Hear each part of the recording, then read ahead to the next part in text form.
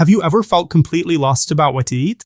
If you're trying to improve your health and you know that food plays a big role in that process, chances are you've already faced a lot of confusion. You want to eat better, but with so many people saying different things, especially when it comes to diabetes, it's easy to feel overwhelmed. That's why today I'm going to give you something practical. A list of 10 foods that don't cause your blood sugar to spike. These foods can help you create a better routine and improve your blood sugar control day by day. If you stay with me until the end of this video, I promise this list will make your next meal easier to plan. And before we jump into the list, if you're serious about improving your health, make sure you subscribe to the EDU Diabetes in English channel. We talk about real-life, practical strategies for lowering blood sugar and living better with diabetes. Let's start. Number 10 on the list, vegetables. I'm talking about things like eggplant, zucchini, okra, tomatoes.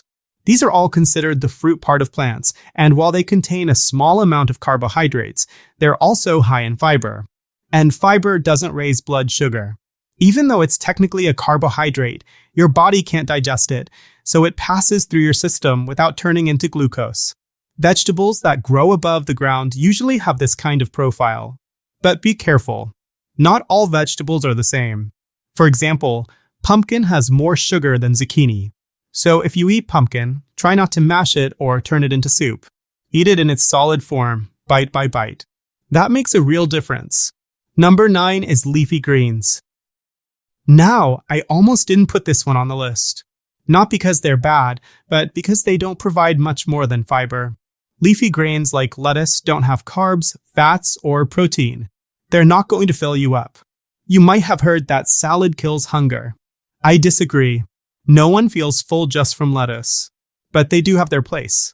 As a side dish, as something fresh, they add flavor and texture. Just don't rely on them as your main source of nutrition.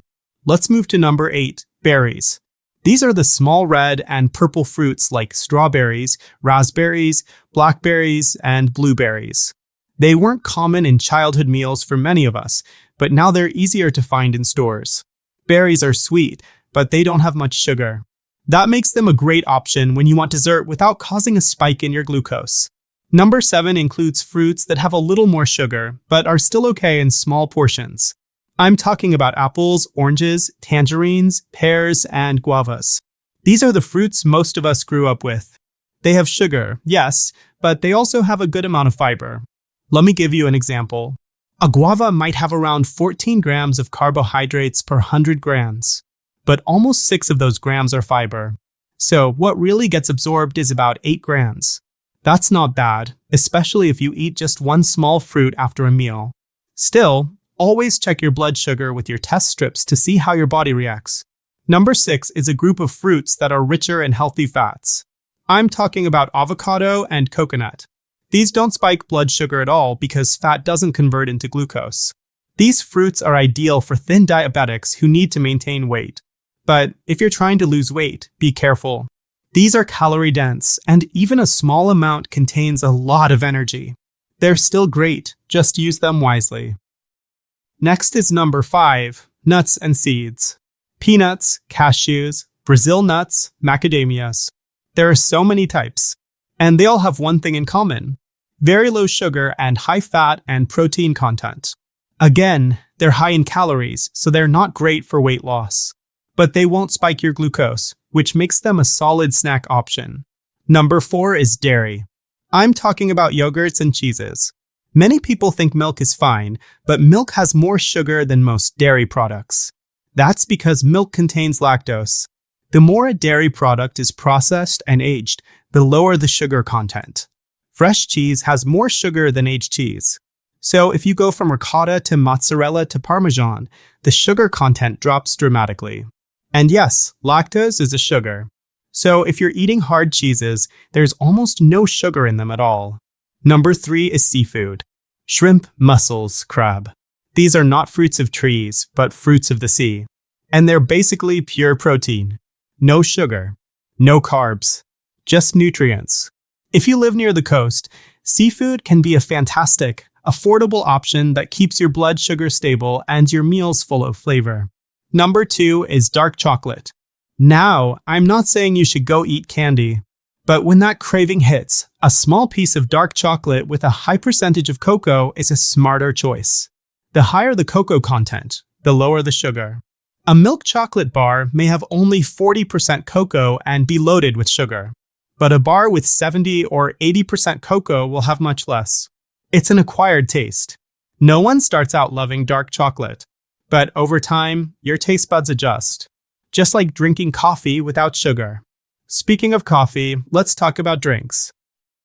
Coffee and tea without sugar have zero carbohydrates. They don't spike glucose. They're great options to sip during the day. But be careful. Don't fall into the trap of thinking tea will cure your diabetes.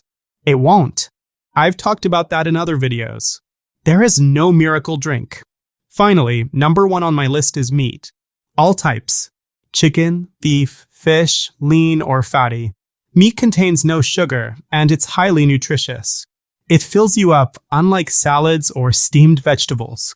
If you're living with diabetes and trying to build meals that actually satisfy and don't spike your blood sugar, meat and eggs are your best friends.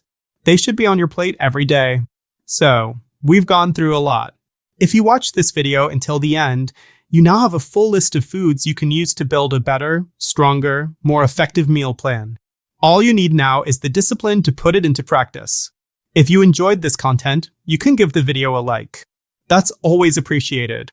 But more than that, watch the other videos on this channel.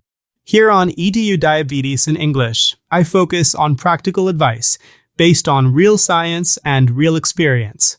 Not just to help you manage your diabetes, but to help you reduce or even reverse it. That takes time. It takes effort. It takes knowledge. But it is possible. And it starts with what's on your plate. Thanks for staying with me. I'll see you in the next video.